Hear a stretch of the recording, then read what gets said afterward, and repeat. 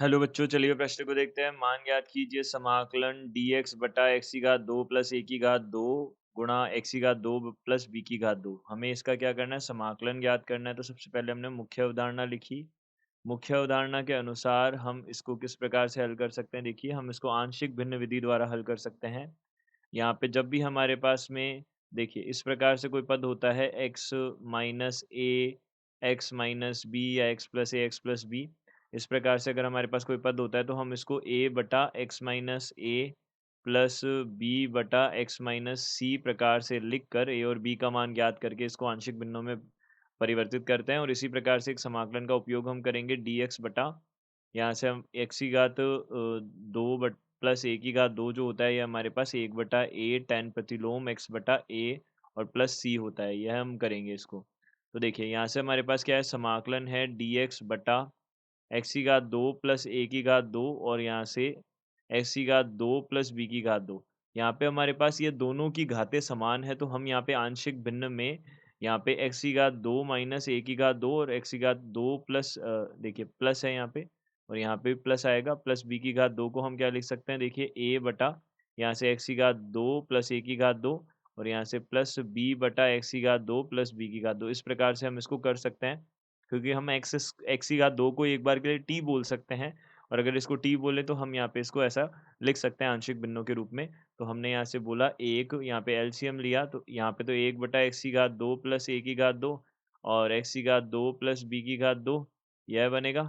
अब यह किसके बराबर हो जाएगा? देखिए, यह बराबर हो जाएगा a गुणा एक्स की घात 2 प्लस बी की घात 2 और यहाँ से कितना हो जाएगा? प्लस b गुणा एक्स की घात 2 प्लस ए की घात 2 बटा यहाँ से कितना हो जाएगा? एक्स की घात 2 प्लस ए की घात 2 और एक्स की घात 2 प्लस बी की घात 2 बन जाएगा। यहाँ से हमने बोला 1 बराबर a गुणा एक्स की घात 2 प्लस बी की घात 2 और प्लस b गुणा एक्स की घात 2 प्लस ए की घात 2, यह बन जाएगा। अब हम इसको हल कर लेते हैं। देखिए, तो यहाँ से हमने इसको हल किया तो सबसे पहले यहाँ पे 1 बराबर कितना आ जाएगा? देखिए a प्लस बी एक्स की घात 2 लिख सकते हैं इसको और प्लस यहाँ से ए बी की घात 2 प्लस बी ए की घात 2, यह हमारे पास पद आ जाएंगे। अब देखिए, यहाँ से हमने बोला a प्लस बी जो है वह किसके बराबर आ जाएगा? 0 के बराबर आ जाएगा। क्यों आ जाएगा? क्योंकि एक्स की घात 2 इधर बाईं तरफ तो है ही नहीं और यहाँ से ए बी की घात 2 प्लस बी ए की घात 2 जो है यह अचर पद है, यह 1 के बराबर आ जाएगा। तो a बराबर यहाँ से हम माइनस बी बोल सकते हैं। तो हमने क्या किया, यहाँ पे a का मान माइनस बी रखा है इस समीकरण में। तो यहाँ से माइनस बी बी की घात 2 प्लस बी ए की घात 2 बराबर 1 आ जाएगा। तो यहाँ से b कितना आ जाएगा? 1 बटा यहाँ से a की घात 2 माइनस बी की घात 2 आ जाएगा। और इसी प्रकार से a कितना आ जाएगा? इसी प्रकार से a कितना आ जाएगा? a आ जाएगा 1 बटा यहाँ से हम बोल सकते हैं b की घात 2 माइनस a की घात 2 आ जाएगा। यह हमारे पास a और b के मान आ जाएंगे। अब हम इस प्रकार से क्या कर सकते हैं? देखिए, समाकलन जो हमारे पास में dx बटा एक्स की घात 2 प्लस ए की घात 2 और यहाँ से एक्स की घात 2 प्लस बी की घात 2 है, इसको इसका हम मान किस प्रकार से लिख सकते हैं? देखिए, इसका मान हम लिख सकते हैं। देखिए, ए के बटा में हमारे पास क्या आना था? ए के बटा में हमारे पास एक एक्स की घात 2 प्लस ए की घात 2 आना था।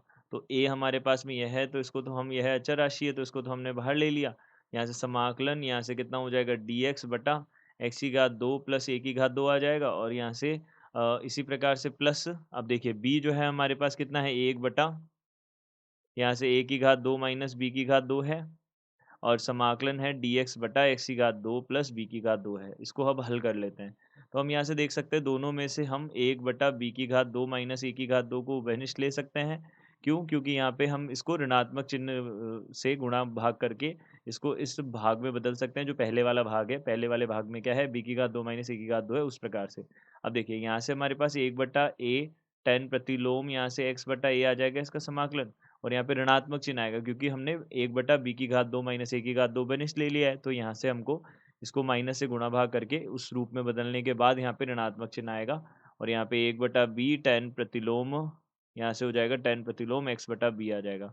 यह हमारे पास में क्या हो जाएगा? और प्लस सी तो हमारे पास आना ही है। यह क्या बनेगा? हमारे पास इसका उत्तर बनेगा। तो यह हमारे पास में इसका उत्तर होगा। तो दिए गए प्रश्न का उत्तर यह है। आशा करते हैं आपको समझ आया होगा। धन्यवाद।